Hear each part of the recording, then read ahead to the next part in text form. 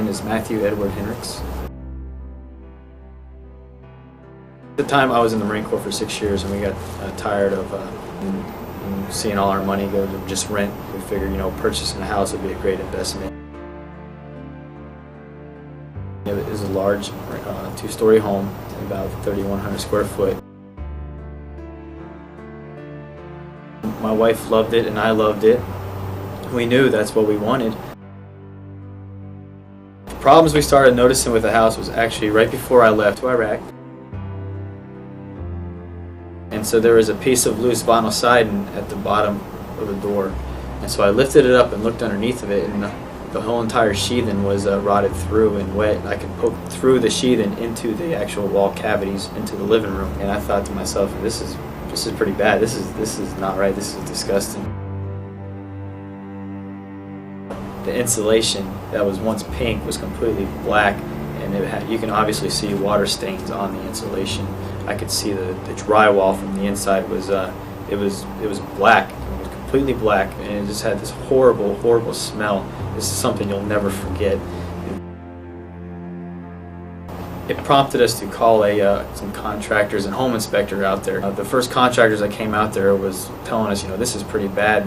The structure here is rotted through, and they said, I'm surprised that the home is still standing today. We had called a home inspector out there to get a second opinion. And as he was going through the home, he was noting his discrepancies, and he had told us right then and there, he said, look, your second floor is deflecting in, and it's not going to hold much longer. He said, if I were you, I'd either move on the first floor, but the smartest thing would be actually move out of this home.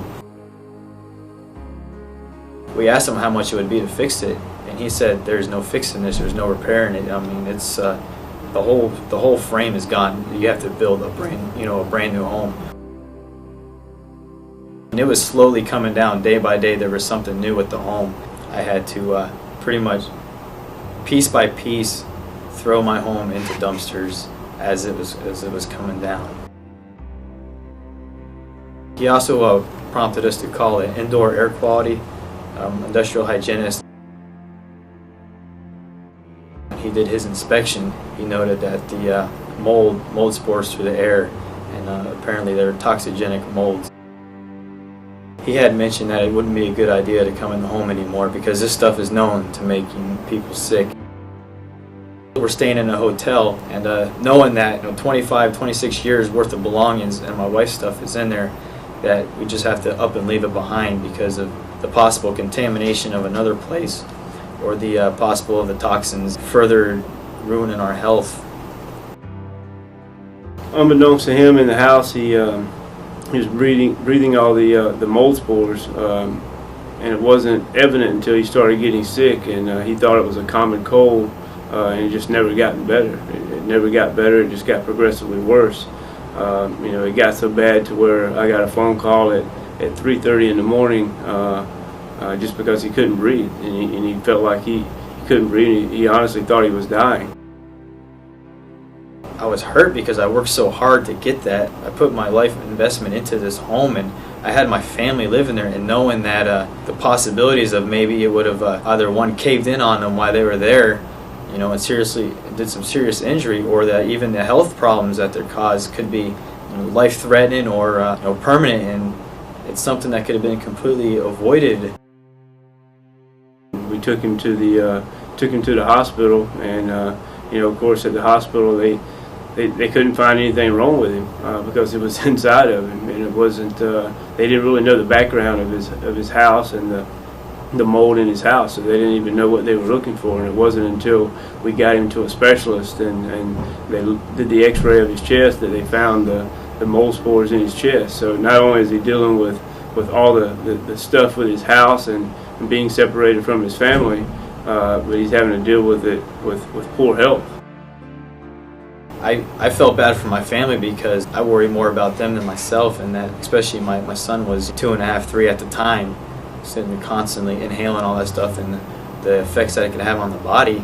I was really angry. The challenges we were facing were, we had no place to live. We were in a hotel. We had no belongings. We had to start all over. The mortgage was still due. All the credit cards were still due.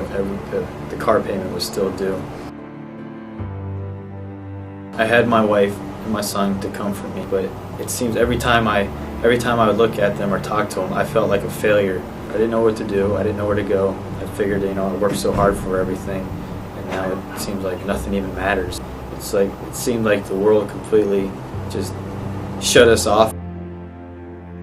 And our love for one another it's so strong. It's always been there since the day we met. We knew the day we met that we were destined to be together, and we've been through some pretty tough times. My wife's always been there. I've been deployed a few times, and she was always there when I came back.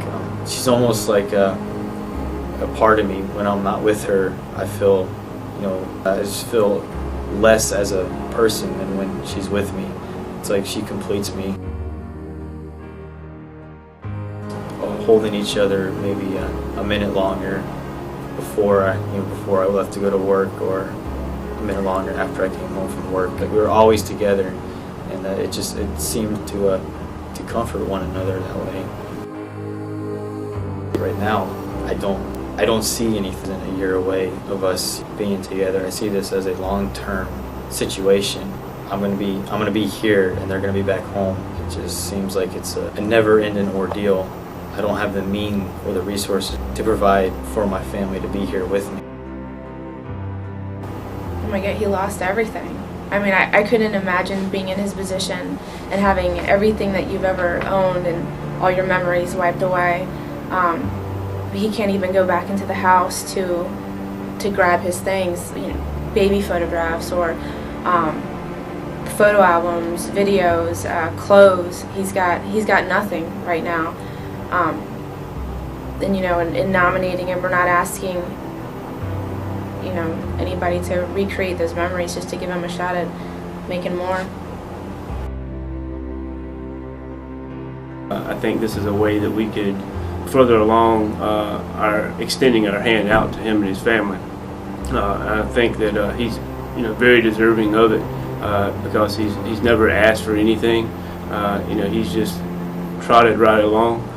Doing what he's supposed to do, but again, now he finds himself helpless, and this is an opportunity for us to give back to him. I think it impacts me significantly because it could be me, it could have been anybody. I bought a house 3 years ago. It was my first time house, and I could have been in his situation easily, and he was chasing the American dream. This is his first home. He was trying to provide for his family, and in doing things the right way, he ended up getting the raw end of the deal. Well, the reality is as it stands right now, if he doesn't get this, and this is his last hope, if he doesn't get this, he still owes the note on the house that he only had for a year, so he owes the life of that loan. He owns a piece of property that is a contaminated wasteland that has to be cleaned up, that he will have to pay an enormous amount of money to get cleaned up. As a matter of fact, he's still paying a daily fine on that property until it gets cleaned up, because it's such a waste and hazardous area. And long term, his best case scenario would be to file bankruptcy. And of course, filing bankruptcy has long-term implications for not only him but for his family, and it's going to affect his unborn child, whether he can afford to provide a place for them to stay, to provide for their upbringing, their education. It doesn't look good. He needs this so bad, and like I said, this is his last hope to have any type of normalcy in his life and in the life of his family.